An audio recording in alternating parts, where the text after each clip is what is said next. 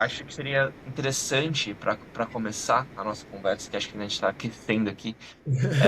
Eu separei aqui umas questões de coisas que eu gosto muito de pensar a literatura, dessas escritas do eu, a partir da literatura latino-americana, né? Que acho que os autores contemporâneos, hispano-americanos, sobretudo, trabalham bastante com essa ideia de escritas de si, né?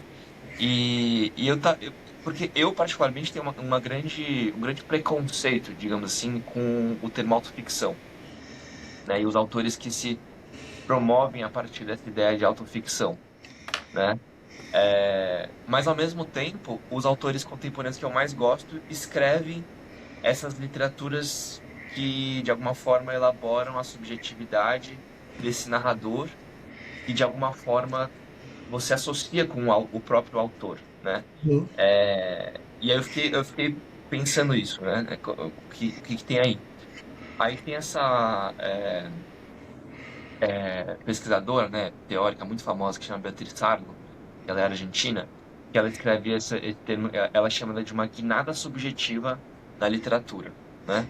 A partir dos anos 80, 90. No Brasil, acho que a gente pode pensar, por exemplo, Ana Cristina César, né? Na poesia. E depois, na literatura, o que vai desembocar depois na literatura mais contemporânea, sob essa égide da autoficção, né? Que você tem Annie Ernaux, é, Eduardo Louis, né? Aí no Brasil você também tem outros, como o próprio Silviano Santiago, ele usa esse termo, autoficção, para as próprias obras dele, né? E tem também o Cristóvão Tesla, que eu lembrei aqui, que teve um romance, que é O Filho Eterno, e de alguma forma você associa com o nome do autor, né? Mas o próprio autor ele coloca aquilo como literatura, né? E ele vende aquela obra não como uma autobiografia, mas uma ficção. Então isso já embaralha um pouco a questão, porque também está muito no lugar do que o autor determina para a obra. Enfim, estou falando muito já agora nesse começo, mas só uma breve introdução assim esses emaranhados todos em volta dessas escritas de si, né? Eu acho que tem no livro do Silviano tem uma coisa que é um lugar fronteiriço, né? Porque ele é ao mesmo tempo, porque diferente de outras da autoficção, por exemplo, da Annie Ernaux ou do Edouard Louis, ele está ali trabalhando com documentos reais, né, que são cartas do Machado que são reais e contando a fase de adoecimento do Machado a partir disso, só que ele se coloca nessa história de uma maneira ficcional, né? Inclusive quase se colocando como um parente do Machado, né? Quando ele constrói essa ligação entre as datas de nascimento e morte, né? De ambos, né? E aí eu acho muito interessante isso porque ele fica nesse lugar, né? Eu acho que na verdade a crítica, essa coisa da leitura fronteiriça dele, é uma coisa que alguns críticos já têm dito, né? Que é preciso ler ele como biografia, como crítica literária e como ficção, sem tentar enquadrar ele em nenhum dos três, né? Então eu acho que tem uma sofisticação nisso que é justamente estar nessa fronteira não como um defeito, mas como algo que é uma qualidade, né? Habitar essa fronteira como uma qualidade. Quando eu penso nessa coisa das escritas do eu, né, eu acho que isso é um movimento que de algum modo antecede a autoficção. Acho que a autoficção é uma radicalização disso, né? Mas quando a gente vê, por exemplo, eu falei para você que eu pretendia trazer isso, né? Quando a gente vê Confissões do Santo Agostinho, né? A gente vai ler ali o começo disso que é um texto autobiográfico, né? Essa Uhum. autobiografia, ela talvez seja o começo dessa prática de contar a própria história, né? De elaborar literariamente a própria história, né? E a autobiografia do Santo Agostinho, isso é muito interessante, porque o que é uma confissão? Confissão é o que você fala para alguém que já sabe a verdade, né? Então, por isso que ele vai falar com Deus. Santo Agostinho confessa para Deus que já conhece todos os pecados dele, né? E aí eu acho que o segundo movimento disso é com o Rousseau, que é o Confissões também do Rousseau. Né? No Confissões do Rousseau, ele fala para a posteridade, ele fala para o futuro. Né? E de algum modo, ah, ele começa, inclusive, dizendo que vai contar ao homem toda a verdade em natureza, toda a verdade em natureza. Ele diz que vai dizer toda a verdade. O Philippe Lejeune, que estuda autobiografia, etc., O pacto, ele o vai pacto propor autobiográfico. autobiográfico, exato. Ele vai propor que aí nesse Confissões do Rousseau que se estabelece, ali se estabelece esse pacto autobiográfico, né? Por que eu trouxe isso? Porque o pacto autobiográfico tem a ver com essa identidade nominal entre autor, narrador e personagem, né? Uhum. E aí eu fico pensando como é que esse pacto fica na autoficção, né? Uhum. Porque, por exemplo, a obra do Edouard Louis, quando eu entrevistei lá na MIT, eu perguntei para ele o quanto de ficção tinha no livro, na obra dele, né? E ele me respondeu que ele não inventava nada, que era Uhum. que a obra É, dele correspondia à verdade. é bem a tradição da própria Annie Ernaux, né? Que é essa questão da narrativa como uma elaboração dos acontecimentos, né? Então tem uma elaboração da linguagem, mas isso é o mais próximo do acontecimento em si. Então tem é, essa, é, esse pacto, não esse pacto, mas essa é, persecução dessa com a realidade, né? Com o real. Por mais que você esteja inventando uma linguagem, mas você está sempre em busca no final das contas, estar o mais próximo do acontecimento, né? Sim, sim. E aí, bem, eu acho que esse é um ponto, né? Como fica esse pacto com o leitor, né? O É. Dobrowski, que foi quem cunhou o termo em 77 autoficção, né? Ele vai pensar o leitor um pouco como um cúmplice do texto, né? Só que a autoficção do Dobrowski, ela não é necessariamente uma invenção de si. Ela tem a ver, ela é muito mais procedimental, né? A ficção, ela é muito mais o procedimento do modo de contar o que aconteceu do que necessariamente a invenção do que aconteceu, né? Uhum. E aí, acho que tem uma coisa muito interessante nessa coisa das narrativas do eu, que acho que foi a autobiografia, né, no extremo a autoficção. Eu acho que e essa de algum modo essas são duas formas de revelar interioridades, né? São textos que de alguma maneira revelam interioridades, porque a autobiografia inevitavelmente vai estar permeada pelos pensamentos de quem conta, né? É diferente de contar uma Uhum. biografia de fora, né? Você fazer uma biografia do Uhum. outro, né? Que é o testemunho, né? Acho que o Uhum. testemunho me parece que tem ah, um outro sentido social, né? Porque ele funciona ali, o testemunho, primeiro como uma espécie de ahn, memória coletiva, não sei, eu tô pensando aqui no Uhum. Eve, no É Isto um Homem, né? Ele diz lá acho que no As Afogados e os Sobreviventes, que o testemunho é aquilo que falta, né? Aquilo que falta para as pessoas conhecerem, né? Então, de algum modo, é como se esse texto do testemunho tivesse uma importância social ou uma importância outra, né? A ganhar credibilidade, a ganhar, enfim, a ser capaz de preencher a história. Sim, eu também, eu até trouxe esse termo que a Beatriz Sarlo usa, da guinada subjetiva, porque eu acho que está muito mais, eu acho que é muito mais produtivo se pensar a partir dessas escritas que elaboram a própria subjetividade do narrador, né, e também do autor, do que necessariamente pensar em termos de autoficção, que Aham. é, porque quando a gente pensa em literatura, e aí que está também um jogo de poder, talvez, de determinar o que que é arte no arte, porque acho que, para mim, a autoficção, em grande medida, é autores querem escrever autobiografia, só que precisam colocar isso dentro de um regime ficcional para se considerar arte, para considerar literatura. E aí coloca dentro uma categoria abaixo, que seria, por exemplo, uma autobiografia ou um depoimento, né? Um mero depoimento, né? Não seria literatura daí. Até que eu acho que é um movimento importante da Annie Ernaux, que ela começa dizendo que, não, tudo que eu escrevo é verdade, né? Então, por mais que eu elaborei aquilo e eu não sei exatamente todas as informações do acontecimento e tal, mas passa por essa dimensão da experiência. E isso é literatura já, né? E aí o lance da escrita e aí tem a ver aqui com o que me chamou muita atenção nesse livro do Machado, do Silvio Santiago, é que eu fiquei pensando também, né, qual que seria a diferença de se esse livro fosse escrito com um narrador em terceira pessoa, né? E o autor não esse narrador do eu não se implicasse nisso e não colocasse o próprio nome dele e a data de nascimento relacionada com quase como um horóscopo, assim, com Machado de Assis, né? Tem muitas partes irônicas e cômicas do livro também que eu achei interessante, mas qual que seria essa diferença, né? E eu acho que tem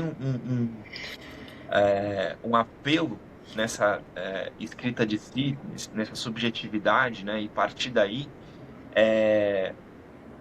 para primeiro dizer que ele é uma pessoa que pensa crítica, porque tem a ver com a própria biografia desse autor, que é um crítico literário muito consagrado, Aham. talvez por muito mais tempo, muito mais consagrado do que como autor literário. Aham. E quando ele se coloca ali escrevendo, você já imagina esse crítico literário indo atrás dos documentos, fazendo essa pesquisa, e ao mesmo tempo engaja o leitor em alguma, né, em alguma, sei lá, uma dimensão mais pulsional mesmo da coisa, né? É, então, eu fiquei me perguntando isso, o que que mudaria? Mas não tem uma resposta também. Eu acho, sabe o que eu Vai acho? ativar no WhatsApp aqui. Pronto, desculpa. Acho que muda o tipo de pacto que se realiza com o leitor, porque esse narrador, né, acho que o narrador ele tem quase sempre um lugar tão exterior, né, que nos causa a impressão de que ele tem o poder de ver tudo, né, que é essa coisa da onisciência, né? Quando ele assume que ele está na história, ou ele se coloca na história, ele está avisando pra gente, ou seja, ele tá reformulando o pacto, dizendo pra gente, olha, e que eu estou dizendo isso desde uma perspectiva minha. Né? É óbvio que o narrador, mesmo onisciente, fala numa perspectiva sua, sempre, né? Porque quem Uhum, escreve numa perspectiva uhum, inevitável. claro. Mas esse pacto não está dado num texto que não se assume assim, né? Acho que quando ele ficcionaliza, eu acho que ele traz a ficção como um instrumento de flexibilização, inclusive, da leitura que ele está fazendo das cartas do Machado. Né? Acho que, Uhum, claro que eu não estou contando a verdade sobre essas cartas. Né? Isso está mediado por um personagem que funciona quase como um personagem espelho. Né? Acho que esse espelhamento reformula o pacto. Acho que talvez isso mude, né? Mude a relação com o leitor, ou aquilo uhum, que se revela para o leitor uhum. na experiência, no processo da leitura. Sim, sim. E acho que também traz não sei, também não parei pra pensar nisso direito, mas uma conexão com o leitor de outra ordem, como você estava falando, com outro pacto, não necessariamente autobiográfico, no sentido de você estar pensando que aquilo é, foi vivido pelo autor, mas é um pacto da subjetividade mesmo, do eu que está ali escrevendo e que você se identifica com aquele momento, com aquela vida ali, que no final das contas está num lugar muito precário, entre aspas, não é aquele narrador como se fosse onisciente, uma pessoa ali escrevendo, né? E isso acho que traz um vínculo muito forte. E, por outro lado, o mais curioso é que pelo menos os livros que eu já logo associei também, lendo até separei aqui, o Sebald, que é esse autor alemão, que escreve nesse estilo um pouco ensaístico e que também tem várias imagens, várias fotos no livro, e que ele vai dialogando com as fotos, mas depois, quando você vai conhecendo mais a obra do autor, muitas delas não tem nada a ver com o que ele está falando. Ele tirou de outro lugar e inventou outra coisa. Então tem muita ficção também ali no meio. Ah, às vezes foram fotos que ele não tirou, ele pegou de outro lugar e tudo mais. Mas o que eu associo justamente com esse outro autor, e também com esses outros que você citou, que começaram, de certa forma, essas escritas do eu, e que aí está o ponto propriamente literário, em certo sentido, de elaboração da linguagem, que é justamente o oposto de uma ideia de indivíduo. Porque você parte de um lugar de escrita de si, só que você se despersonaliza completamente, assim. E é um ponto de virada muito interessante, porque ele escreve sobre o Machado, não escreve sobre ele, né, para Aham. começar daí. Então ele escreve, ele vai se perdendo nos documentos do Machado, e um outro personagem, que é é, que é agora me fugiu, o Miguel, não, o Mário de Alencar, que é o filho do José de Alencar, que era Aham. amigo do Machado de Assis, ele ganha um protagonismo gigantesco no livro.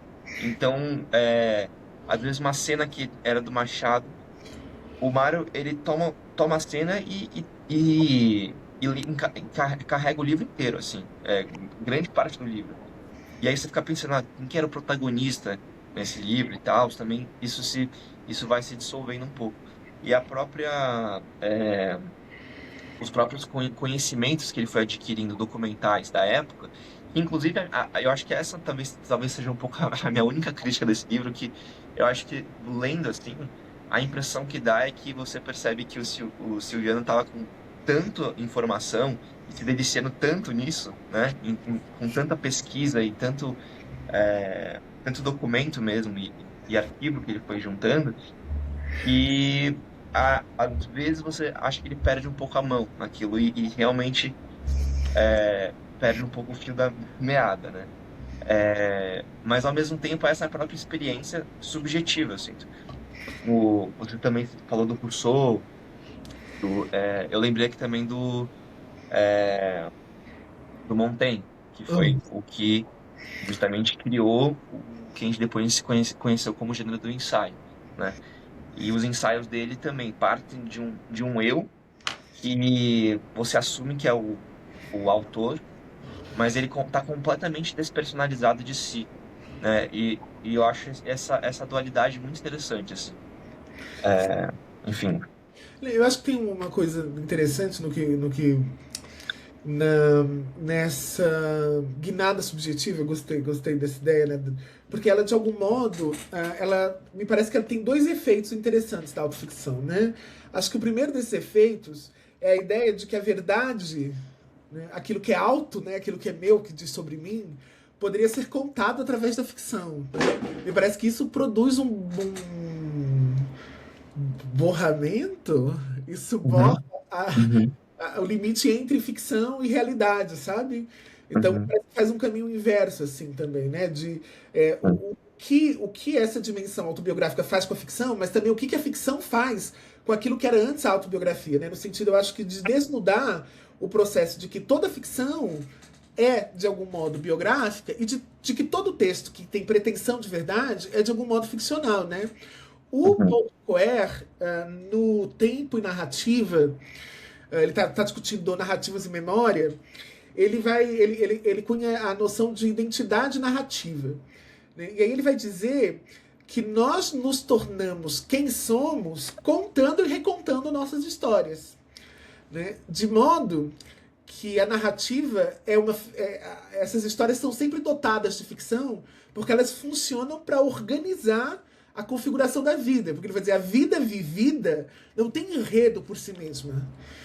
Né? Então, se eu uhum. digo assim, eu acordei e É muito louco batalhei o isso. dia todo para chegar no É, trabalho, eu estou é dando uma, um enredo que é ficcional. É um é uma procedimento elaboração narrativa ficcional dos acontecimentos ficcional. também, né? Exato. Então, Mente. contar-se já é um ato ficcional. Sim, Né? sim. E aí eu acho que a autoficção, de algum modo, talvez só evidencia isso, mas é em muitos sentidos redundante. Eu também sinto isso. E eu acho que a autoficção, ela. É que o meu problema com a autoficção é justamente esse, que eu acho que ela é redundante, porque eu acho que autobiografia e relatos podem ser literatura. Eu não gosto de estabelecer essa hierarquia, até porque se a gente pensa, sei lá, Ana Cristina César, como a gente mencionou, Carolina Maria de Jesus, que são escritas de si muito pautadas no real, né? Uhum. Só que é uma elaboração literária fenomenal daquilo, né? E dos acontecimentos. E aquilo vai extrapola e vira a linguagem vira tudo ali também, né? Sim, sim. O acontecimento até fica em segundo plano. né? Só que você vê ali o real acontecendo a partir da escrita. E por outro lado, eu sinto que quem, pegando essa tradição, sei lá, até do Brovsky, né, que escreveu esse livro que é que fundou a autoficção, tem uma coisa que me incomoda um pouco, que é esse lance de você enaltecer e sublinhar algumas ficções dentro do que seria real, né? Então você força o leitor a, tipo, se perguntar, aquilo aconteceu ou não, né? Isso é verdade ou não é? E é uma discussão que não me toca muito, assim. Tipo, não, eu não me conecto tanto. Tem até um autor brasileiro que se chama Ricardo Lises, que escreveu um livro ficou bem, na época ficou bem badalado, enfim, causou bastante discussão porque tinha um lance com a esposa dele. Então, dialogava com uma dimensão até um pouco espetacular, mas tipo, falando, acusando coisas e aí ia para a justiça assim, depois, né? O livro ele acusava certas coisas, mas muitas coisas eram ficcionais, mas porque estava dentro da literatura e ele usava aquilo como E outra só que coisa, isso é uma discussão que para mim não importa nem um pouco, assim. Tipo, esses tipos de embates, sabe? De você pensar, aquilo aconteceu mesmo ou não. E tem autores que evidenciam isso, né? E forçam um pouco a leitura nesse sentido. Que não é o caso, por exemplo, do Sebald, que ele escreve tipo, ensaios bem pessoais de viagens que ele faz, especificamente nesse livro de viagens que ele estava fazendo. E aí ele vai elocubrando sobre diversas teorias e de plano de fundo ele está sempre falando da memória nazista na Alemanha, né? Na Europa como um todo. Só que ele não força um pouco ele não força essa leitura. E depois você vai tem essa outra camada que você vai descobrindo que na verdade muito do que ele escrevia era só é só o efeito que importa, né? E as associações que ele fazia, as fotos que ele colocava, não necessariamente estava pautado com essa veracidade. Mas, enfim, é um pouco isso que me incomoda. E também está dentro dessa hierarquia, né? De tentar, eu vou colocar aqui um grau de ficcionalidade para elevar a obra a um nível literário. Mas, sabe, enfim. eu tenho a impressão de que por exemplo, o que vai diferenciar uma autobiografia, um testemunho, autoficção, não é a presença ou a ausência da invenção, né? Eu acho que é a assunção dessa invenção no interior do pacto, né? Então é mais ou menos, eu acho que tem a ver com o quanto esse pacto se estabelece a partir disso, né? Uhum, A partir da ideia de que vai ter ali a ficção. Porque eu acho que tem uma coisa, por exemplo, a autoficção não está só na literatura, né? Eu mesmo, por exemplo, escrevi recentemente um argumento de uma docuficção, né? Que é um documentário ficcional, um documentário que mescla sim, sim. realidade e É ficção, né? muito interessante. Drama e essas coisas. E Uhum, só que o recurso da ficção, eu vi que eu me senti que ele era necessário ali, porque determinadas coisas parece que só que contar ou mostrar não dão conta de provocar o efeito que aquilo teve no momento que foi vivido. Então é como se a ficção pudesse ser um alargamento do real, sabe? Como, sei lá, uma prótese que te permite experimentar aquilo que o real puro, quando contado, não consegue. Sabe aquele uhum, momento que você fala assim, você viveu uma coisa incrível, ou engraçada, ou assustadora, e você vai contar no outro dia pro seu amigo, e você conta e, nossa, mas parece que não foi nada. Mas é porque as palavras não dão conta de dizer, de traduzir aquela experiência. Eu acho que a ficção total. pode ser um suplemento para isso, sabe? Uhum, Só que para ser um suplemento eu preciso ficcionalizar a partir do real, ou eu posso ficcionalizar a partir do nada, de modo a uhum, provocar o efeito do real, sabe? uhum. Super. Sim, sim. Acho que é muito por aí também. É, eu também fico pensando que outra dimensão de você aproximar nessa intimidade do eu para escrever, por exemplo, esse livro do Machado, né? Poderia ser um livro crítico. Ele poderia usar todo o arsenal de pesquisa que ele acumulou, que o Silviano acumulou, para escrever uma espécie de biografia do Machado nessa perspectiva da doença, né? Que é a grande chave do livro, né? Que é um dos tabus em relação ao Machado. Um deles é dele ser negro e o outro deles é dele ter de ele ser no final da vida dele ele não tá completamente são, digamos assim, né? Então isso é um Uhum. pouco falado e ele vai fundo e mergulha nessa é, Dimensão. precisamente nesse aspecto. Mas o que também eu fiquei pensando que foi uma estratégia que talvez ele possa ter usado é justamente essa liberdade criativa, né? De você conseguir estabelecer conexões que no pacto científico que você está atrelado aos dados, à informação, né? Você não conseguiria, não se permitiria. E aí, nesse sentido, tem passagens lindas do livro, que tem uma aqui que eu gosto muito, tá mais ou menos no começo, que ele vai relacionar com Beckett, inclusive, que, enfim, é um dos autores favoritos, e vai traçar, a meu ver, uma própria visão do que é a literatura, a experiência literária no Brasil. Daí ele fala assim, tá falando do Machado aqui, né? Enquanto o escritor caminha distraidamente pela Avenida Central, seu ouvido, ainda afinado pelas últimas palavras proferidas pelo moribundo poeta Arthur Rimbaud, escuta provérbio dito por um popular. Surpreende-se com o que escuta ao acaso da caminhada. Aproxima-se do passante brasileiro, identifica-se como francês e se certifica de que tinha escutado o que o outro tinha dito em conversa com um companheiro. Os ouvidos não mentem. Escuta certo. Merci, monsieur. Pardono, pardonnez-moi. E anota o provérbio no carnê. Já na legação, o transpõe para a página do Diário Íntimo, onde permanece até hoje em edição da editora Gallimard. Não traduz, guarda na língua original. E o provérbio é: Deus escreve direito por linhas tortas, né? É, Aí depois ele entra na anedota do Beckett, que tá na peça do fim de partida, que é meio que essa do Deus escreve por linhas tortas, mas não vou falar aqui, senão fica muito, enfim, muito comprido. Mas só para dizer assim que aqui tá toda a experiência do que o próprio Machado constrói em relação com a escrita dele, né? E é essa escrita da oralidade, da escuta, que acontece pelas ruas, no subúrbio do Rio, aqui ele está, enfim, na Avenida Central, mas que acontece ouvindo de um passante que ouviu de outro, em outra linguagem, e as coisas vão se cruzando assim.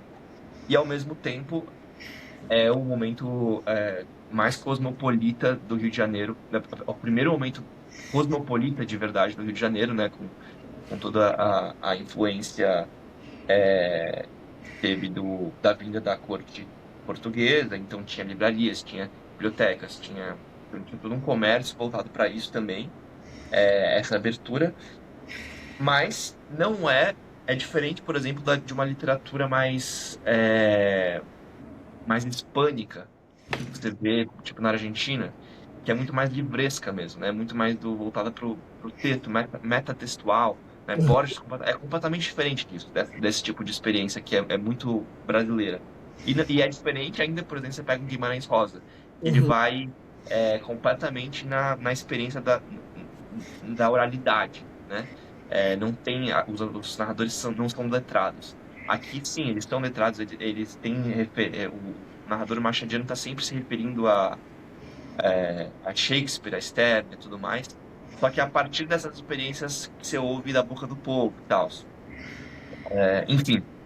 E é um tipo de coisa que é difícil você fazer isso num texto acadêmico, né? Num Uhum. texto teórico, assim. Esse sobrevoo, assim, é, essa especulação ficcional, né? Então, que parte do eu, sei lá. Isso que eu achei interessante. Tem uma coisa nisso. Acho que, na verdade, acho que nos últimos, talvez nos últimos 15 anos, a gente tem tido essa enxurrada de autoficção na América Latina, né?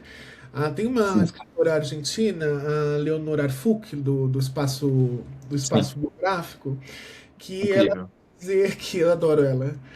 Que ela vai dizer que essa explosão da autoficção e do relato de si na América Latina coincide com a consolidação de uma subjetividade neoliberal centrada no indivíduo como Uhum. empreendedor em si, inclusive empreendedor da própria história pessoal como capital simbólico, né? Total. Eu acho que ela está certíssima, né? Então, me parece que nesse sentido que a Leonor traz, a autoficção corre o risco de repetir numa chave literária a lógica da autoexposição, do autoempreendedorismo que estrutura as redes sociais, sabe? Uhum. Imagina assim, o motorista do Uber fala, eu não vou ter mais patrão, eu vou trabalhar para mim. Aí o escritor neoliberal fala assim, eu não vou mais escrever sobre os outros, eu vou contar a minha história. Sabe, eu acho que tá. É a mesma lógica, né? Acho que é a mesma lógica, né? O eu como produto, né? A vulnerabilidade como uma estratégia de mercado, a intimidade como conteúdo. Obviamente que isso não invalida, me parece, a autoficção como forma, né? Mas ajuda a perguntar a cada livro, né, se o gesto ficcional, se o gesto confessional, na verdade, está a serviço de uma reflexão crítica sobre a construção do sujeito, ou se apenas reproduz a demanda de mercado por histórias reais, Uhum. sabe? Histórias reais, Super, histórias de super. expressão e etc. E aí eu acho que tem um Super. contraponto importante que é assim, né? Nem toda autoficção é sintoma desse individualismo neoliberal. Eu acho que tem, por exemplo, autoras que foram historicamente excluídas da possibilidade de escrever, de falar, né? Então, autoras trans, autoras negras, etc., que eu acho que tem o direito de narrar a própria vida, né? Para, inclusive, se colocar como sujeito capaz de produzir textualmente, sujeito capaz de contar essa história que foi contada por outros, né? Uhum. Agora, e aí a pergunta é quem que pode se autoficcionar e ser lido como literatura, né? Porque Perfeito. esse É, é um ponto, né? Porque nem todo mundo se autoficciona e vai ser lido como literatura, exatamente. né? Porque eu acho que o marcador, né? Tem uma autora, uma epistemóloga, a Miranda Frickle, que fala de injustiça epistêmica, né? E ela vai dizer que parte da injustiça epistêmica tem a ver com como determinado marcador do sujeito faz com que o seu testemunho ou o que ele diz seja destituído de valor ou de credibilidade. Né? Então, quem pode fazer literatura? Quem pode autoficcionalizar e essa autoficção ser literatura e não a fulano contando sua vida, sabe?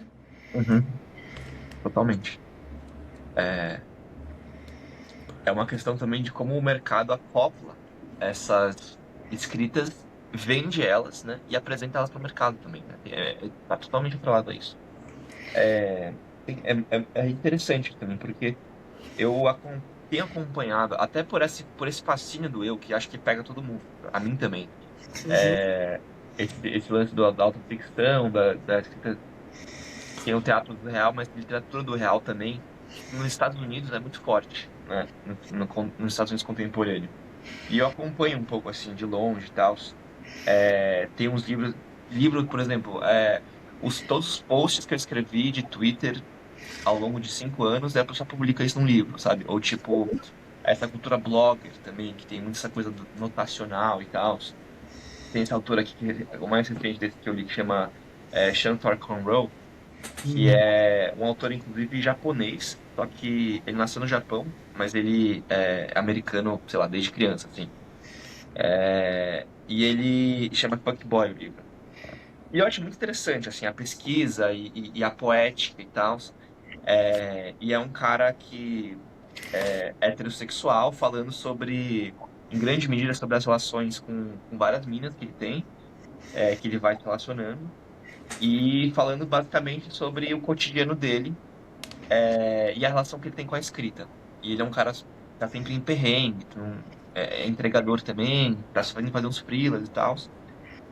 Mas ele, de alguma forma, cai nessa ideologia muito neoliberal, talvez, de espetacularização de si, né, e de uma auto-performance que acaba indo para um vazio, assim, acaba adentrando você. não leva a lugar nenhum. E tudo bem não levar a lugar nenhum. Só que ele também gira no vazio, assim. Fica só uma coisa de uma exposição pela exposição, sabe? Sim. E aquilo vai se acumulando, acumulando, e você, tipo, vai lendo e vira quase você assistindo Reels, assim, sabe? Tipo, é uma coisa também que eu observo nisso. É um niilismo quase, né? Tipo, um vazio de sentido, assim. E eu acho que é importante sentido também. Acho que também tem um discurso fácil na arte, que é tipo assim, a arte não precisa criar sentido. O oposto é tipo, tem de um lado quem é super panfletário, e de outro lado, tipo, não, a arte é inútil, não precisa ter sentido nenhum, não precisa ter significado as coisas, e é isso. Mas também você vai pra um vazio extremo, assim. Sim. Sei lá, tem essa Eu acho sensação também. que a Susan Sontag tem um texto que se chama Contra a Interpretação, que ela fala, é do texto dos anos 60, se não me engano, que ela fala justamente isso. Ela vai dizer que a gente está meio que soterrado de interpretação, porque a gente olha uma obra e pergunta o que significa, ao invés de construir uma relação de experiência, né? Só que se a gente vai para o vazio extremo de sentido, a gente não consegue ter nenhuma experiência com a obra. Né? Total. Você sai dela e nada aconteceu com você. Porque pode ser que você não saiba o que aconteceu com você. Pode ser que não tenha sentido. Mas alguma coisa precisa acontecer. Uhum, Se uhum. você, eu sempre digo assim, se você foi pro teatro e nada aconteceu Sim, com você, tem um problema muito sério, sim, né? sim, sim. Precisa acontecer alguma coisa. Eu acho que tem acho que a gente está no momento, né? Eu acho que a parte da crítica literária tem falado disso, que é esse esgotamento ou saturação da autoficção. Né? Me parece que quando lá em 77 o Dubrovsky propõe a autoficção como um procedimento, ele não imaginava que em dado momento toda a experiência viraria material potencial para uma autoficção. Né? Uhum. Se toda a experiência pode ser autoficção, o procedimento perde a força de ruptura que tinha com o Estatuto de Verdade, com a forma autobiográfica, né? Porque ele vai construir ali. Inclusive o Lejeune, depois de conhecer a autoficção do Dubrovsky, meio que reformula a sua ideia do pacto biográfico para falar que tem ali na autoficção um pacto ambíguo que não é nem totalmente biográfico e nem totalmente ficcional, né? Uhum. E eu acho Total. que essa coisa pós-Annie Ernaux tá fazendo, tá esgotando, acho que tem o esgotamento da autoficção, né? Sim. E esse esgotamento da autoficção, acho que a Annie Ernaux, lá naquele Os Anos de 2008 dela, tenta um pouco fazer isso quando ela faz um texto, uma escrita que é quase sociológica, em terceira Uhum. pessoa, tratando a vida como uma espécie de material de história coletiva, sabe? Uhum. Uhum. E aí eu acho Manifesto. isso manifesto. É. Interessante, Lucas, como a coisa confessional e autoficcional talvez já tivesse em outros gêneros textuais, literários, talvez, Uhum. antes de chegar aqui, né, nesse Uhum. debate. Que, por exemplo, Uhum. eu parei para ouvir músicas, né, as músicas ao longo dos 80 e 90, elas são todas confessionais e ficcionam, né? Uhum. Bem, Uhum. acho que música é um gênero. A Uhum. poesia da música é um gênero, né? Total. É. Então, eu acho que talvez esteja chegando na gente, né, chegando nessa coisa tida como alta literatura, algo que já vinha acontecendo há muito tempo, né? Que tem a ver com a subjetivação da arte burguesa, né? Que é uma arte que começa a investigar primeiro o psiquismo de fora, mas que em Uhum. seu extremo vai investigar o psiquismo a partir do próprio eu. Uhum. Uhum. Sim. Algo ali que talvez comece com os monólogos, né? De repente, tipo, Shakespeare talvez seja uma virada, assim, começando uma sociedade moderna burguesa, no qual o personagem ele começa a se individuar, né? Dentro de uma tragédia, de uma estrutura mais grega, talvez, só que ele vai para esse lance mais solilóquio, assim, não, monólogo, né? Que é diferente, mas ele, ele traz essa externalização de si, né? Aham. E vai se acentuando depois, né? É, mas também é isso, acho que também tem a saturação vem muito também por conta dessa acentuação de fato não burguesa, mas neoliberal mesmo, talvez, que acho que dessa subjetividade neoliberais que estão nas redes sociais, estão em tudo. E tudo parte de um indivíduo falando, né? De um indivíduo falando de uma situação específica, assim, de uma situação cotidiana. Então tá sempre atrelado a essa vida privada da pessoa, né? É, daí também, enfim, algo que talvez antes fosse a arte, a literatura, que desse conta dessa vontade de querer, né, se conectar com o eu do outro. Hoje em dia as mídias digitais fazem isso, assim. Também tem um pouco disso, mas ao mesmo tempo é fascinante ainda também. Sei lá, eu separei aqui também outros autores que são muito clássicos, por exemplo, o próprio Borges, né, que em vários textos em que ele fala, ele usa um eu que é o eu borgiano, né? É o eu falando que é ele, né? E quando não, usa o próprio nome Borges em alguns relatos, né? Mas ali a questão é que ele usa o termo ficções, né? Para um dos os livros mais importantes da virada dele para a obra madura. Mas, ao mesmo tempo, eu sinto que o que é interessante é que ele não coloca em jogo se era ou não verdade. Ele não fica assim nessa discussão. Ele coloca como a própria escrita, como a experiência literária mesmo de tudo aquilo que estava em jogo e que permeia também a vida desse autor que estava num contexto muito específico, na periferia do capitalismo, estava em determinada livraria, com determinado acervo, então ele parte de um lugar também específico. Ah, mas enfim, ah, entra nesse imbróglio todo. E não consegui elaborar muito bem a parte do Borges, que também não quero adentrar ele agora, porque é muito complexo, assim. Um episódio do Eu blog. meio morro de medo de estar falando besteira aqui, porque, assim, A gente Borges precisa nada é óbvio, assim, nada é óbvio. Eu tô falando aqui também, mas não é assim também. Também tem esse questionamento, né? Tipo assim,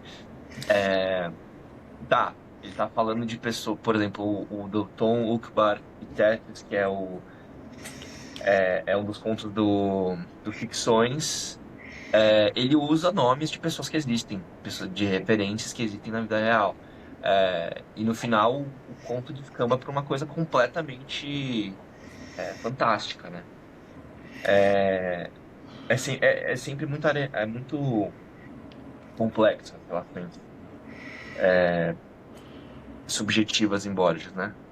Mas tem bastante disso também. E,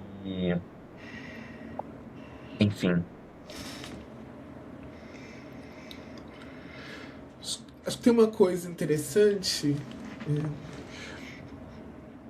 porque a própria atividade de escrever, né, seja para contar uma biografia, uma coisa real, uma coisa não real, ela demanda determinados procedimentos, os determinados mecanismos que acabam por ser o mesmo na ficção e naquilo que se pretende não ficção, né? O Barthes, naquele livro de 68 dele, O Efeito do Real, né, Uhum. quando cita o barômetro da sala do Flaubert, né, quando ele diz assim que cada detalhe, mesmo mais aparentemente neutro e descritivo de um texto realista, não é neutro, ele é um efeito retórico construído para produzir a sensação de realidade e não a realidade em si. Né? Então Uhum. eu acho muito interessante, porque acho que vocês já devem ter vivido isso. Ao escrever uma história, alguma coisa, fala assim, não, aconteceu desse jeito, mas eu vou escrever desse aqui porque assim parece mais real. Uhum. Né? Porque a gente sabe que às vezes a realidade não causa o efeito do real que nós gostaríamos. Uhum. Então a gente coloca outros elementos que não são reais, mas são capazes de produzir o efeito da realidade. Né? O E aí, efeito do real, né? o efeito real, isso. E aí eu acho que isso é interessante, porque o Hayden White, lá na Meta-História de 73, ele vai pensar que a própria história, né, aquilo que a gente chama de história de verdade, ela é escrita a partir de fatos como estrutura e um enredo. Né, e ela é escrita como tragédia, como comédia, como romance, como sátira. Então, mesmo aquilo que é biográfico, aquilo que é histórico, aquilo que é tido como verdade, se organiza do mesmo modo que a ficção. Né? Se Uhum, organiza do mesmo modo que a ficção porque a forma como nós aprendemos a construir sentido é a forma da ficção, não é a forma da vida. Porque a uhum, forma da vida é caótica e sem sentido. A gente é, só consegue ordenar o sentido ficcionalizando. uhum, é. Tem também essa teoria de que fala que os movimentos de vanguarda, na verdade, eles são muito mais realistas, propriamente realistas, do que o próprio realismo, né? Porque essa coisa do ready-made, essa coisa de você livre associativa, escrita automática, que no final das contas está muito mais próximo de como a realidade opera, propriamente como o realismo, que no final das contas é uma convenção estética, né? É uma grande ficção também, essa forma como a gente pensa o mundo, né? De anos e anos e anos de como a história foi contada, que a gente associa e cria essa cadeia de significado a partir dessas narrativas, né? E eu fiquei me perguntando, Ana, quando você escreve, por exemplo, um texto ensaístico, isso aqui porque você escreve crônicas também, né? Uhum. Não propriamente crônicas, mas textos críticos que eles têm que ter um compromisso com a realidade, né? Com as referências que você está trazendo, os livros que você leu, tipo assim, você não pode sair inventando citações, né? Uhum. E com os fatos também, quando você pega um fato da vida real.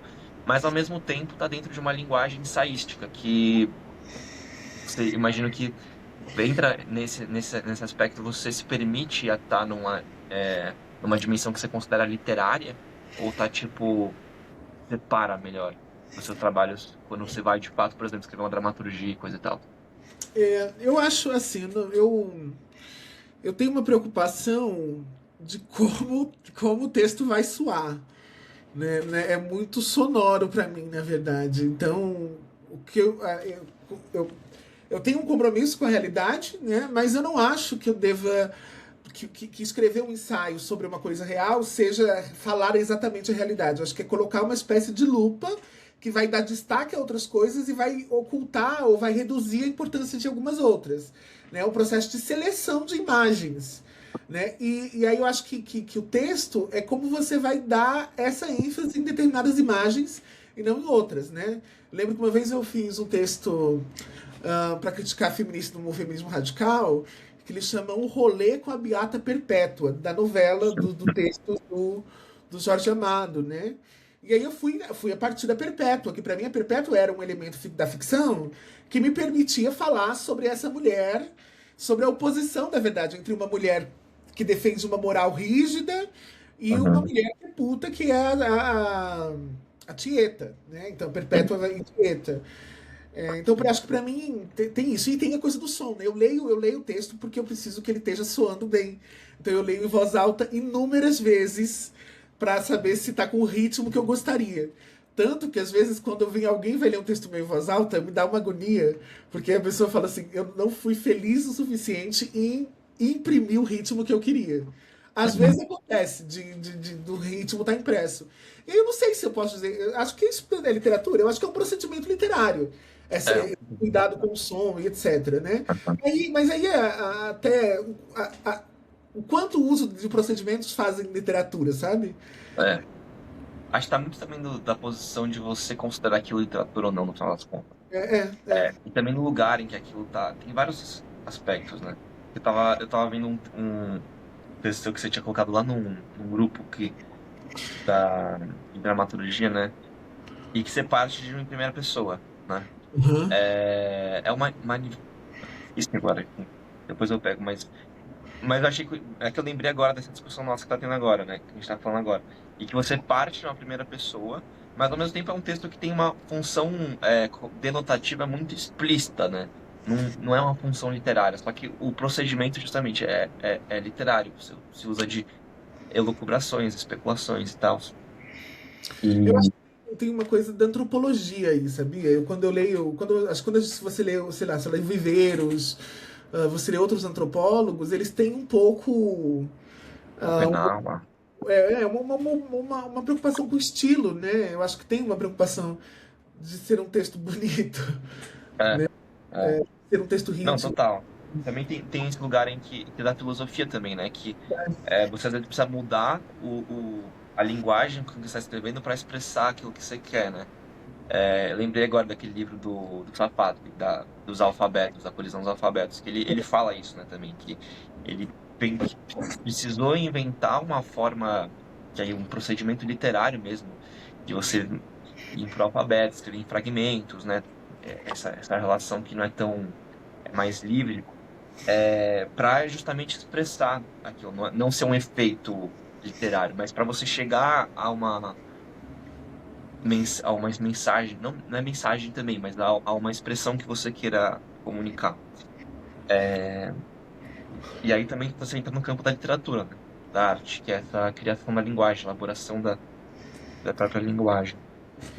Eu separei, eu organizei duas perguntas pra gente aqui. Ah, boa.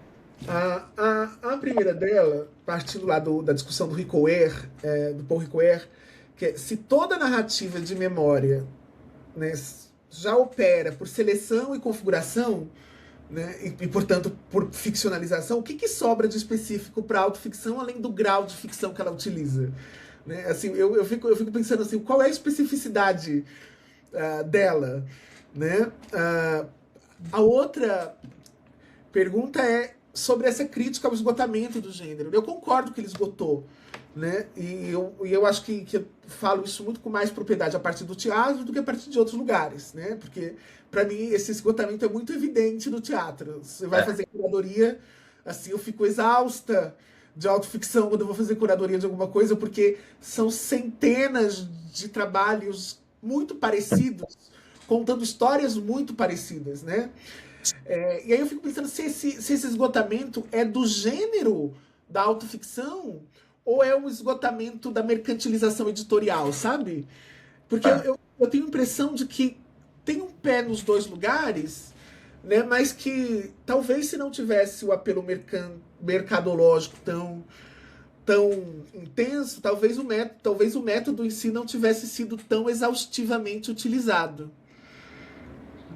uhum. Mas acho que foi o que eu pensei, assim, como Não, pergunta. total. Eu acho que tem a ver com o mercado e com os termos que se utiliza, né, para isso. Por isso que eu gosto de pensar nos conceitos, por exemplo. E a minha rixa com a autoficção é justamente essa, porque ela carrega já. Eu acho que ela está dentro de do que a gente pode chamar de literaturas de si, literaturas do eu, escritas do eu, mas ela carrega uma ideologia específica. Eu tenho essa impressão, né? Aham. Lendo até mesmo Legione, que ele fala, ele não usa autoficção, acho que ele usa autobiografia literária, algo Isso. assim. Mas é Autobiografia. tipo, é o sinônimo, né? E, e por exemplo, no teatro, né? A gente vê muito palestra performance, autoficção, né? A gente está até comentando a quantidade de adaptações que tem do Eduardo Louis, por exemplo. Tem muitas, assim. Não só dele propriamente, com ele em cena, ou ele sem cena, mas que vieram para cá nesse ano ainda, mas as próprias brasileiras, que um monte, assim, sobre Eduardo Louis, né? Porque tá uma onda e tal, e também os artistas aproveitam disso, e acho que tem também mais aqui se aproveitar do momento, não tô criticando os artistas em si. Mas você pega esse tipo de teatro, né? E aí você chama isso de autoficção. Eu acho que tem a ver com autoficção. Mas se você pega uma outra tendência muito forte hoje em dia, que responde também a esse sintoma hoje do real que a gente tem, e que eu acho que é um sintoma válido que a gente tem que escutar, por exemplo, teatro documentário. Se você usa já esse termo, ele já abre para um outro universo, sabe? Sim, sim. E aí você pensa em vários artistas contemporâneos, por exemplo, a Lola Arias, tem trabalhos em que você pode ler, é autoficção, porque ela pega não atores, ou ela pega, mistura com atores e tal, e você não sabe o que é. Mas não é essa a questão da peça, não é essa a investigação dela. E aí acaba que o conceito de documentário faz mais sentido, né? Ou ficção documentário, mas está lidando com os documentos, né? O corpo como documento. Aí eu acho muito mais interessante pensar a partir daí. E leva para outras questões. E que dialoga com o mercado também, porque não é algo que o mercado incentive tanto, né? É, Querendo ou não, você pensa, teatro documentário é um pouco mais, é, menos comercial, digamos assim, ainda que tenha bastante, mas é um pouco menos, eu sinto. sim. E a mesma coisa na literatura. É, escrita de si, mas aí qual que é o termo que a gente usa também? Agora então eu tô me perguntando, né? Tem essa autora que se chama Josefina Ludmer, que também é argentina. A gente estou bastante argentinos aqui, né? Argentinos. Eles são incríveis, né? Em literatura contemporânea, acho que, nossa, eles são umas super São. referências. Mas ela, a Josefina Ludmer, ela fala em literatura pós-autônoma, né?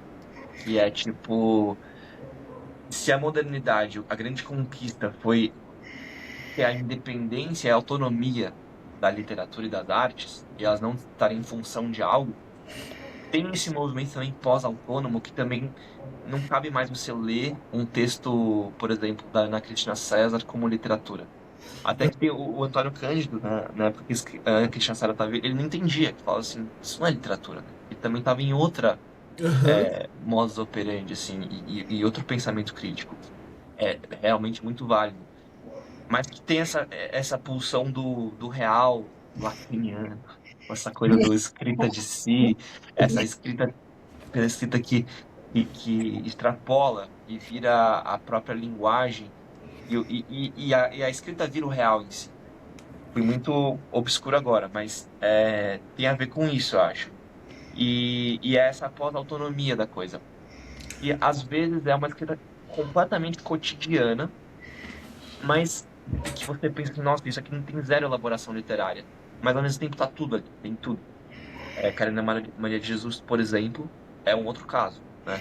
Mas a Josefina Ludmer cita outros autores latino-americanos, tipo Mário Bellatin, o César Aire, que é um dos meus autores favoritos, que também ele tem essa coisa com a escrita que é quase performático mesmo, né? Você lê, você vê que e você sabe que ele não apaga o que ele escreve. Então você vai ler coisas que não são boas escritas, ele escreveu mal. Você percebe que, tipo assim, tá fora da literatura, tá mal escrito quase, né? Só que faz parte da própria, do gesto dele e é muito divertido de ler. Você, tipo, se delicia muito. Aí tem a ver com aquele prazer da escrita, né, do Barthes.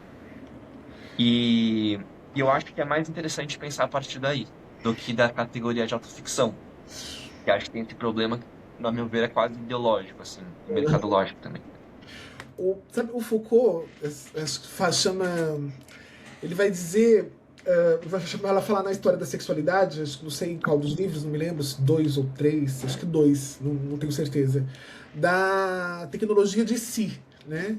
E essa tecnologia de si vai estar muito marcada com esse ato discursivo confessional, que me parece que ele migra do padre, né? Porque as pessoas iam se confessar para os padres, né, no confessionário, né? E aí confessar para o padre é selecionar quais pecados você conta e como você conta os pecados, né? Uhum, Então é construir uma história. E sim. aí migra pro divã, né? Do psicanalista, né? Então, que se antes você procurava absolvição, agora você busca cura, né? Porque aí o psicanalista vai ouvir novamente suas confissões e vai organizar essas confissões, e você vai organizar essas confissões, nesse caso, um Uhum, pouco com ele. uhum, Agora parece que a literatura íntima, assim, as redes sociais contemporâneas são os lugares que concentram esse poder confessional e onde a gente faz essas tecnologias de si. Né? E se, uhum. por um lado, a gente queria absolvição, depois cura, eu acho que agora o que se busca é uma espécie de alívio, né? E aí, É, mas se. desculpa. Não, eu ia Mas dizer. é um bom questionamento, né? Se esses movimentos, né, da autoelaboração, né? No confessionário, depois no divã. E o que é o divã hoje também, né? Porque também tem uma espécie de quase fetichização, ou é que eu não sei expressar isso, não sei elaborar isso, mas essa coisa algo engraçado agora, que eu lembro muito que eu vejo que eu vi já em redes de, como que é, de aplicativos de relacionamento. Que é, tipo assim, terapia em dia, sabe? Sim, Tem uma coisa assim, eu sabia tô que pra você. terapia em dia. É tipo, é quase uma coisa de, é quase um fetiche, assim. Eu tenho essa impressão, sabe?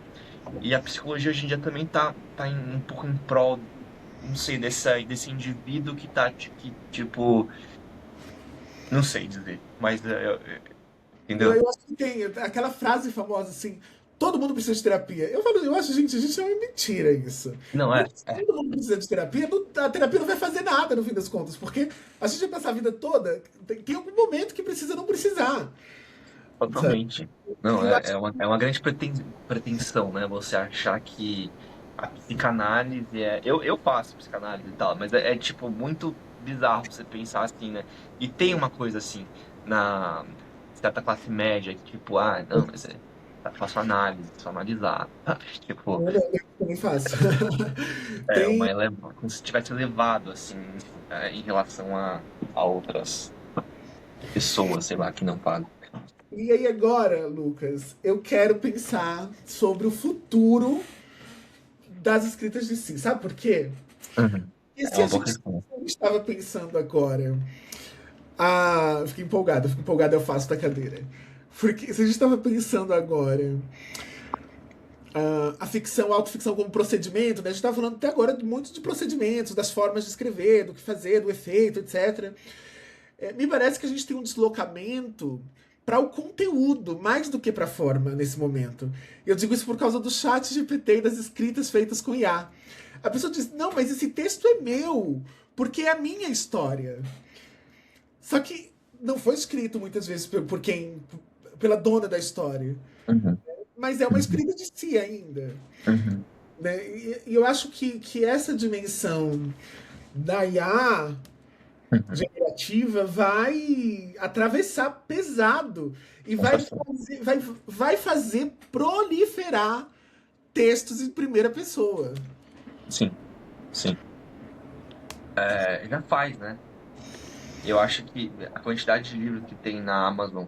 Tem um lance que a Amazon proibiu autores de publicarem, teve que barrar.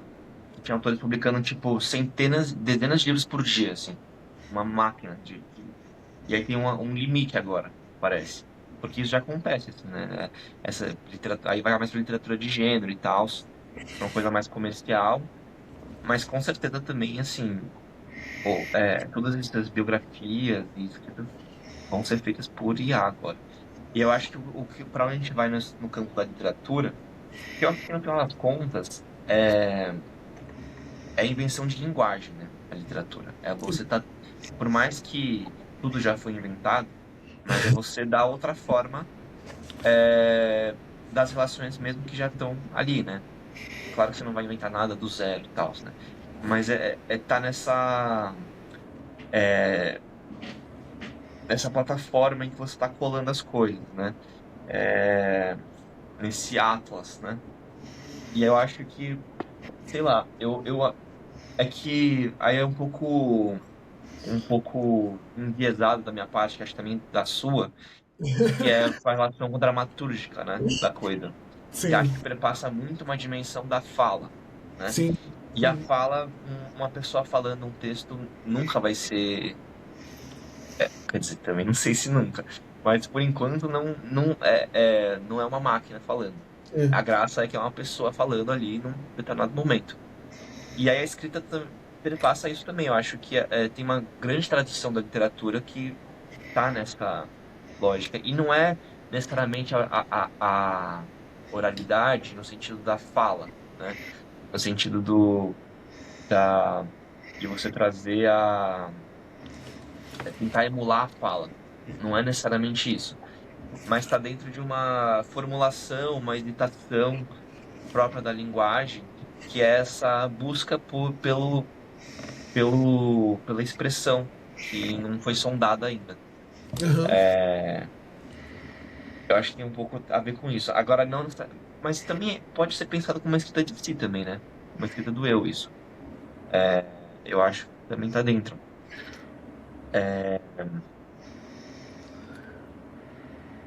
que eu ia falar também em relação a isso é que como é essa performatividade da própria escrita, né? E ela, sei lá, no final das contas é o que a gente associa com literatura. O mais essencial da literatura, assim. Tô sendo um pouco essencialista, eu acho, mas tipo, o que a gente associa um pouco primitivista, assim, idealista, né? Tipo, a pura literatura também não existe isso. Mas eu acho que tem isso. Quando você lê, por exemplo, Proust, que é um suprassumo do modernismo e tal, você sente a mão da pessoa escrevendo ali, você sente a processualidade daquilo e ele descobrindo coisas, que é aquela coisa da memória involuntária. Você vê a coisa acontecendo ali, né? E você vê o autor descobrindo uma coisa ali acontecendo na hora. E eu acho que tem um pouco disso, assim, porque também a inteligência artificial, uma coisa é, a gen- que ela nunca vai sobrepor a gente, é que ela parte dos dados que já existem, né? Ela só reformula e organiza o arsenal de informação que existe no mundo, assim, né? É, e ela não inventa uma linguagem nova, né? Eu acho que a literatura está sempre nesse lugar do não sondado. E aí que também tá uma coisa que eu vejo de crítica nos autores contemporâneos, ou, não nos autores, propriamente, mas como o mercado vende muitas coisas, que é tudo já muito pronto já, né? O que você vai encontrar? Você vai encontrar, já sabe do que o autor vai criticar, você já sabe qual que é o lado dele, ele tá do lado certo da história, tem uma pólice de seguro, assim, que você compra na hora que você vai pegar um livro e já sabe de tudo, assim. Então, tô seguro aqui. E é tudo muito bem explicado, assim. Eu acho que tem esse problema hoje, né, considerando essa alta literatura que a gente estava falando, que tá muito nesse lugar de já dar a coisa muito mastigada, sabe? E eu acho que a literatura tá onde a linguagem falha também, né? A linguagem fracassa, né? Eu acho que faz muito parte disso. Você colocou Nos uma coisa, não ditos. você disse uma coisa muito interessante agora dessa capacidade de inventar, né? De criar, né, e não só de conjugar informações. Eu acho que que a autoficção, muitas vezes, assim como esses escritas de si, nos colocam num impasse criativo. Né? No impasse criativo, e eu tenho dito isso muito às pessoas trans e etc., com as quais eu vou falar de dramaturgia ou de literatura, de escrita de modo geral, de Uhum, que a gente parece que a gente está muito presa a falar só da gente, a escrever sobre a gente. E, uhum, e é como se nós não tivéssemos a capacidade de inventar outros, né? É como se tivesse uhum, sido um aprisionamento no eu. E às vezes eu acho que isso é muito. Isso embota a nossa capacidade criativa, sabe? De falar assim, eu só posso falar de mim, eu só consigo falar de mim, eu só consigo interpretar eu mesma. Né? uhum, Eu acho que inventar outros, criar outras pessoas, personagens, mundos, eu acho que isso é fundamental. É uhum. fundamental no nosso trabalho artístico, sabe? Com certeza. Tem essa limitação, né, dessa questão do lugar de fala, né, quando você pensa no mundo da arte, né, na experiência estética, porque a crítica que a gente faz do homem cis hétero branco, que é universal, é uma crítica extremamente válida. Mas essa liberdade que ele tem, na verdade, a crítica deve ser de ter esse direito para todos, né, que é o direito à literatura, que no final das contas, o Antônio Cândido fala, que é você conseguir roubar um lugar de fala também de outros, né? Outras perspectivas, né? E ter esse direito não só para a pessoa, mas para todo mundo. E não que isso seja algo ruim, né? Porque senão é isso. Não você chega na elaboração literária e você está fadado a um universo específico, a uma voz específica, a um tipo de experiência específica. E no final das contas, e o mercado exige isso, né? E os autores também acabam indo nessa onda, muito por conta também de visibilidade e tudo. Mas isso só reforça, muitas vezes, essa polarização que já existia, né? Que a gente criticava, né? Acho que você falou isso pra mim outro dia, né? Tipo assim, e você ficar reforçando esse lugar de fala na escrita literária e você determinar a posição, no final das contas, do subalterno que você vai falar desse mundo e tudo mais, reforça essas diferenças, né? Os E homens, tem essa limitação, né? isso. Os homens seguem falando de política com P maiúsculo, sabe? Eles escrevem romance com R maiúsculo. E a gente tá Exato. falando da gente, sabe? Então eu acho que tem. Eu acho que isso tem um aprisionamento, né? E eu acho que não só tem um aprisionamento, como tem um efeito subjetivo muito nefasto. Se o Paul Ricoeur tá certo, e eu acho que tá, que eu gosto dele, né, quando ele fala da identidade narrativa, não tem um sujeito pronto, o sujeito vai se fazendo conforme ele se conta. Né? Só que se a gente só se conta de uma maneira, através de um procedimento, porque só o procedimento é esse que querem nos escutar, a gente Uhum, está construindo esse personagem como ficção política encarnada. uhum. Só que uma ficção Super. política encarnada, em dado momento, você não sabe mais se ela é verdadeira, se ela é você ou se ela não é, né? Eu sempre cito isso, acho que já citei umas 5 vezes pra você, né? Do Fernando Pessoa. O poeta é um fingidor, finge tão Uhum. completamente que finge É ser ótimo. dor que deveras sente, né? Eu acho que Total. a gente conta determinadas histórias e parece que a gente tem que contar determinadas histórias. Eu sempre penso assim, quando é uma história trans, as pessoas querem saber assim, apanhou, foi expulso de casa, transicionou, como foi difícil. Se você não tem essa experiência, é melhor não contar a sua história. Invente uma, Uhum. sabe? Porque a gente tá preso nisso, né? Preso numa Sim. história, em contar determinadas tragédias, porque a expectativa do leitor dos outros também é por essa tragédia, né? Então eu fico pensando assim, quais são os efeitos sobre nossa subjetividade da produção de autoficções ou de escritas de si que estão sempre em torno das mesmas temáticas. Eu não estou dizendo que uma pessoa trans ou uma pessoa negra não precisa falar sobre desde a sua transexualidade ou desde a sua negritude, mas ela pode falar das coisas tomadas como universais a partir desse lugar, que é Uhum. singular. Né? Uhum. É, com certeza. Mas acho que é isso. Eu te enrolei na resposta que você perguntou. Eu fiquei aqui perguntando até agora, né? O que que seria essa escrita de si neste momento, né? Porque é algo que eu, há de se pensar ainda, né? De repente a gente pode levar para casa, pensar Uhum. e trazer um outro dia, fazer uma segunda, né? Pode ser, pode ser. Pode Fica ser aqui a uma boa. recomendação do espaço biográfico Dilemas da Subjetividade Contemporânea, da Leonora Arfuc. Sim, Acho que é uma leitura que vale sim, bastante uma a pena. boa, uma boa. Eu também gosto muito do Blanchot, mas aqui é mais antigo, né? Mas tem o Maurice Blanchot, que é um filósofo que também escreve literatura, e ele fala desse lugar do neutro. E eu Aham. acho muito interessante esse lugar do neutro, que não tem nada a ver com a linguagem do neutro, do tipo, não usar nem ele nem ela. Uhum. Mas é uma posição narrativa que permeia o eu, permeia o real, mas está atrelado a essa obsessão pelo acontecimento impossível. É tipo meio que isso, assim. A literatura acontece ali, nessa, sabe, nesse curto-circuito, assim, que se dá. E eu acho interessante também. Mas é um livro um pouco mais antigo. E aí acho que, pensar em exemplos também de autores que escrevem hoje também, que eu acho que é um desafio. Mas é uma boa reflexão pra gente levar também. Eu acho que a gente podia, na próxima, inverter o jogo. A Hum, gente, em vez de uma autoficção, uma heteroficção em primeira pessoa. Como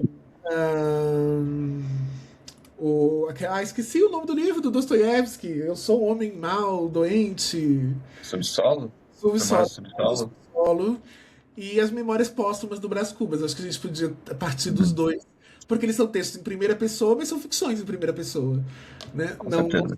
não estou falando de si, são heteroficções em primeira pessoa. Sim, sim. Acho que a gente Acho que é podia. um ponto de partida. É, Total. Isso, eu acho. foi isso? Fechamos?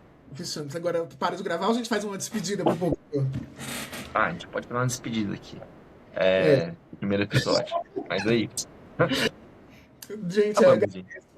agradeço Vai, muito fala. quem assistiu. É o primeiro episódio de uma série que vai vir. Se vocês tiverem também sugestões e etc., por favor, mandem de temas que vocês gostariam que a gente conversasse. E é o primeiro, então é um protótipo, né? Então, mas as coisas vão melhorando, assim, tecnicamente, certamente tudo melhora. Com certeza.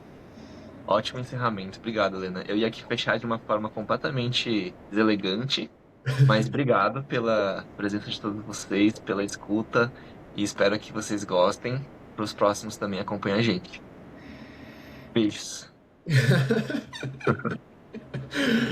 É isso, acho que eu vou dar pausa agora. Dar Tá, stop. pause.